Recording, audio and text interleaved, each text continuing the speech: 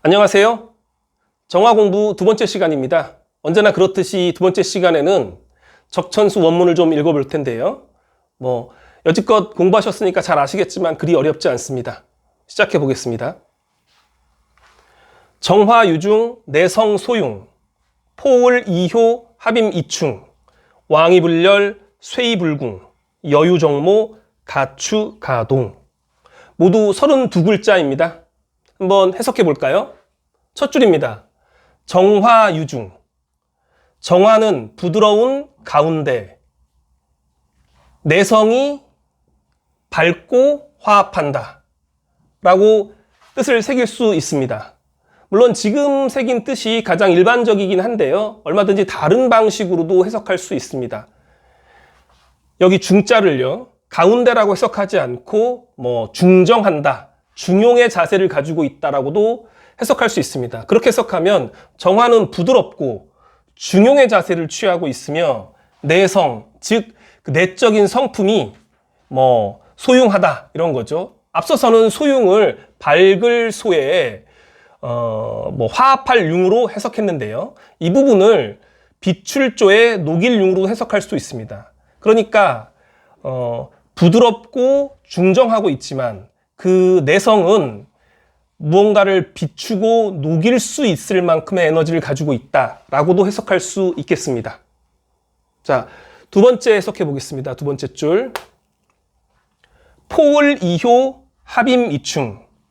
포을 이효는요, 을목을 품어서 효도를 하고 임수를 합해서 충성한다. 이렇게 두 줄 해석해 볼 수 있을 것 같은데요.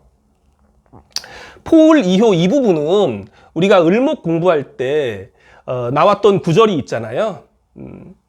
을목이 회정포병하면 과계승우한다는 구절이 있었죠. 정화와 회정, 그다음에 병화를 품으면 과계승우, 즉 닭과 원숭이 올라탈 수 있다라는 구절이 있었죠.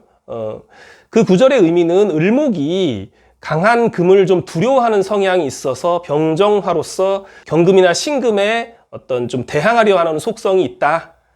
이 부분을 앞서서 공부했었는데요. 바로 그것의 대꾸를 이룬 것이라고 보시면 될 것 같습니다. 즉, 정화는 을목을 품으면 효도를 한다.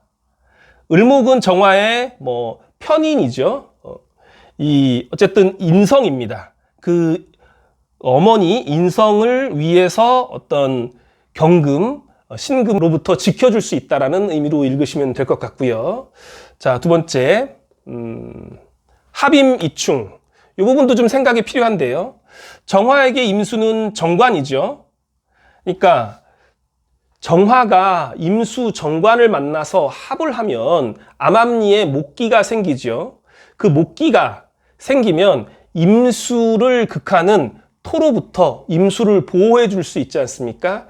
그런 의미에서 충성한다라고 읽을 수 있겠습니다. 이 부분을 조금 더 디테일하게 들어가서 정임 앞에서 생기는 목이 간목이고 또 임수는 기토를 꺼려 하는데 타김하기 때문에 꺼려 하는데 간목이 기토를 제어할 수 있어서 그것이 바로 충성이다라고 해석하기도 합니다. 조금 더 디테일한 통변이었고요.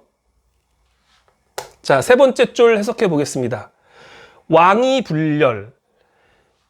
왕하더라도 거세지 않고 쇠하더라도 궁상맞지 않다. 다하지 않는다 라고 해석하는데요. 이 부분에 대해서 다양한 해석들이 존재하고 있더라고요.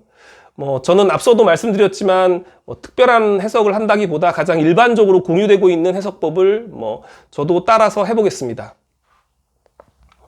이 부분은 정화의 어떤 심리적인 속성을 말하고 있다고 생각하는데요. 설사 정화가 아무리 왕해진다 하더라도 다른 십간들, 천간들을 좀 위협을 가할 만큼 거세지지는 않는다라고 해석을 할 수 있을 것 같아요. 이 부분은 흔히 요새 강한 사람에게 약하고 약한 사람에게 강한다 이런 말 있잖아요. 그거를 좀 차용해서 해석해 본다면 정화는 설사 자신이 아무리 강해져도 약자에게 그렇게 아량을 베풀 수 있다. 이렇게 해석해 볼 수도 있을 것 같고요.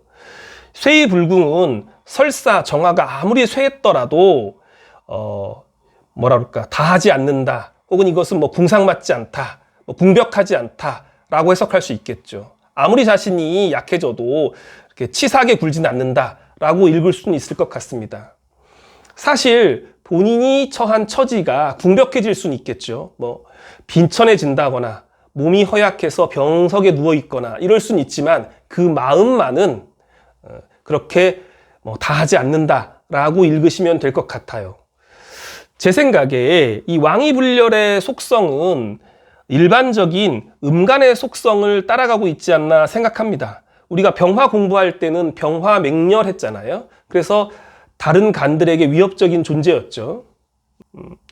쇠의불궁은 일반적인 화의 속성에서 비롯된 것이라고 생각합니다.